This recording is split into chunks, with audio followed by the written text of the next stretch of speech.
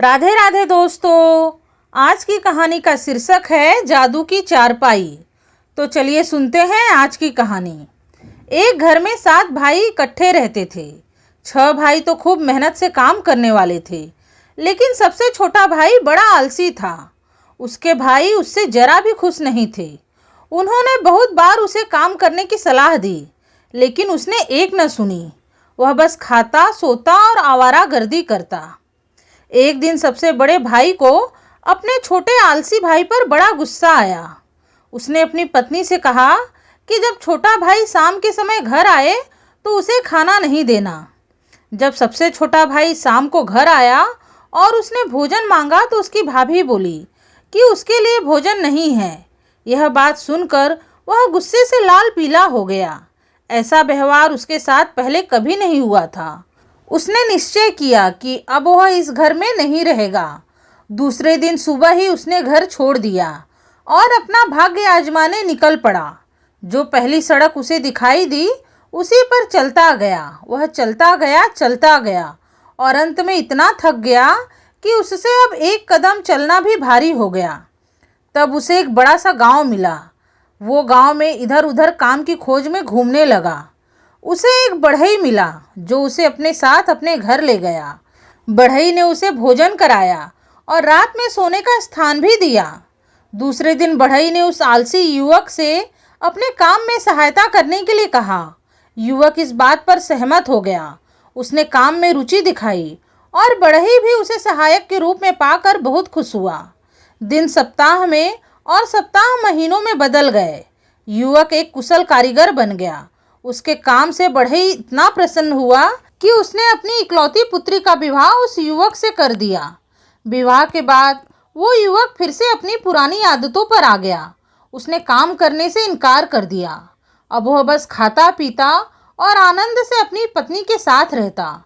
बढ़ई बहुत बार उससे काम करने को कहता, लेकिन वहाँ कौन सुनता था। महीनों गुजर गए। बढ़ई का क्रोध बढ़ता गया। अंत में उसने निश्चय किया कि बेटी और जवाई को अब और नहीं खिलाना है। उसने युवक से कहा कि अब वह घर से निकल जाए, अपनी पत्नी को भी साथ ले जाए और अपना भाग्य कहीं दूसरे स्थान पर आजमाए। बढ़ई इतना क्रोधित था कि उसने युवक और उसकी पत्नी को घर से ऐसे निकाला जैसे धक्का देकर बाहर कर दिया हो। फिर भी जाते समय उसने औजारों की पेटी उन्हें देते हुए कहा कि यह रहा तुम्हारा दहेज। यदि इन औजारों का प्रयोग करोगे तो अच्छी तरह से रह लोगे। युवक और उसकी पत्नी वहां से बहुत दूर चले गए और एक छोटे से घर में रहने लगे। शुरू में तो उनके पास थोड़े पैसे थे, लेकिन कुछ ही दिनों बाद उनके पास कुछ भी न बचा। तब उसकी पत्नी बोली कि अब यदि तुम भूख से नहीं मरना चाहते हो तो जाकर कुछ काम करो। युवक ने पूछा कि मैं क्या काम करूं? पत्नी बोली कि जंगल में जाओ और कुछ लकड़ियां काट कर ले आओ। उस लकड़ी से कुछ सामान बनाओ और उसे बाजार में बेचो। दूसरे दिन सुबह वह युवक जंगल गया और वहां से कुछ लकड़ियां काट कर घर ले आया। फिर उसने बड़े परिश्रम से उन लकड़ियों से कुछ घरेलू सामान बनाया और उन्हें अगले दिन ले जाकर बाजार में बेच दिया। जो भी पैसे मिले उन्हें ले जाकर अपनी पत्नी को दे दिया। पत्नी बड़ी प्रसन्न हुई कि अब वो सब चीज खरीद सकती है जो उसे अपने घर के लिए चाहिए थी। अब युवक इसी तरह काम करने लगा। वह रोज जंगल जाता, लकड़ियां काटता और उनसे सामान बनाकर उन्हें बाजार में बेच देता। एक दिन वो युवक अच्छी लकड़ी की तलाश में जंगल में बहुत दूर तक निकल गया। वहां उसने 2 आदमियों को बातें करते हुए सुना। उसे बड़ा आश्चर्य हुआ। उसने अपने चारों ओर देखा, लेकिन उसे कोई भी दिखाई न दिया। वहां केवल 2 बहुत ऊंचे ऊंचे पेड़ खड़े थे। उनमें से एक पेड़ को उसने काटा और उसकी लकड़ी को घर ले आया। उस लकड़ी से उसने एक अति सुंदर पलंग बनाया और दूसरे दिन वह पलंग को बेचने बाजार ले गया। संयोग से उस देश का राजा वहां से गुजर रहा था। उसने उस सुंदर पलंग को खरीद लिया। राजा नए पलंग पर सोना चाहता था। उसने अपने नौकरों को आज्ञा दी कि उसका बिछौना नए पलंग पर लगाए। खाने के पश्चात राजा अपने सोने वाले कमरे में गया और नए पलंग पर लेट गया। कुछ समय बाद उसे ऐसा लगा कि कोई बातें कर रहा है। उसने देखा कि पलंग का एक पाया बाकी 3 पायों से बातें कर रहा है। पाया बोला, मैं बाहर घूमने जा रहा हूँ। देखो, मेरे जाने के बाद तुम तीनों पलंग को ठीक से टिकाए रखना, मैं जल्दी ही लौट आऊँगा। तब राजा ने उस पाये को बाहर जाते हुए देखा। राजा इस घटना के बाद सो न सका।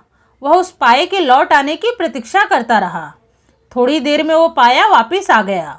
उस पाये को देखकर बाकी तीनों पायों ने प्रश्न किया, तुम कहाँ गए थे और तुम क्या देखकर आए हो? पाया बोला, मैं राजा के रसोई घर में गया था और जानते हो मैंने वहाँ क्या देखा?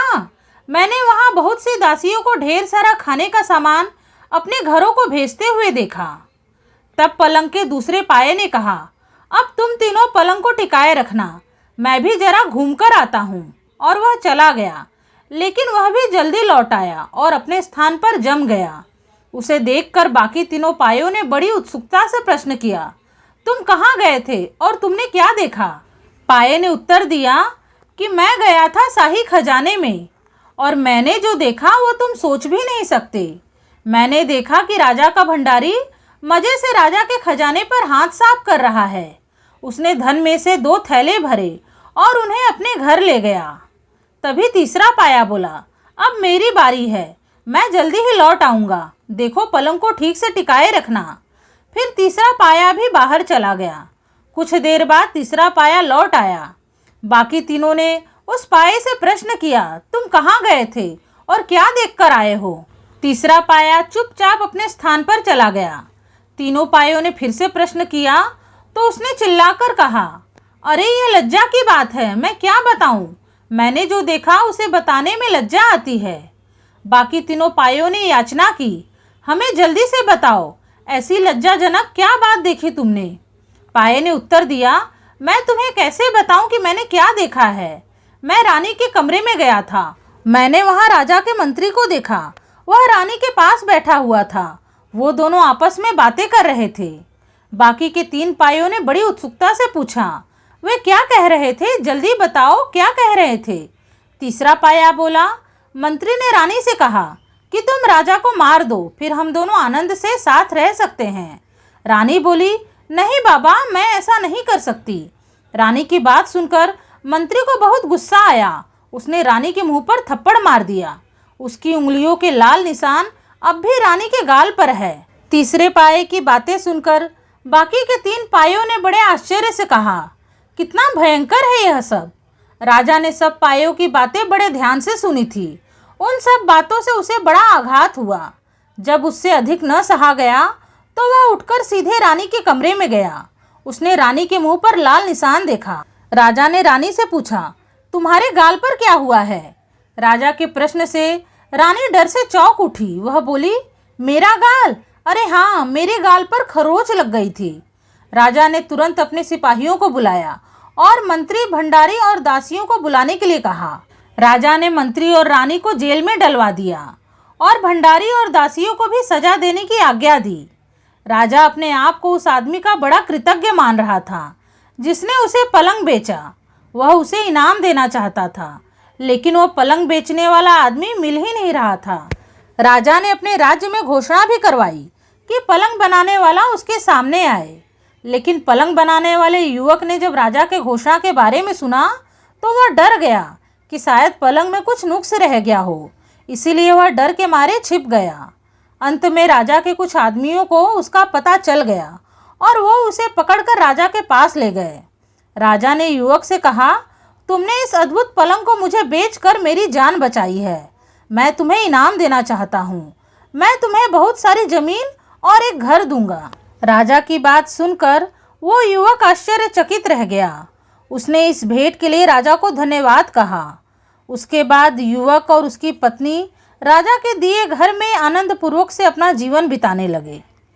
तो दोस्तों, ये थी आज की कहानी। उम्मीद है आप लोगों को आज की कहानी पसंद आई होगी। कहानी पसंद आई है तो प्लीज़ इस वीडियो को लाइक करके मेरे चैनल को सब्सक्राइब कर लीजिएगा। आपसे मिलूंगी अपने अगले वीडियो में एक नई कथा कहानी के साथ। तब तक के लिए राधे राधे, धन्यवाद।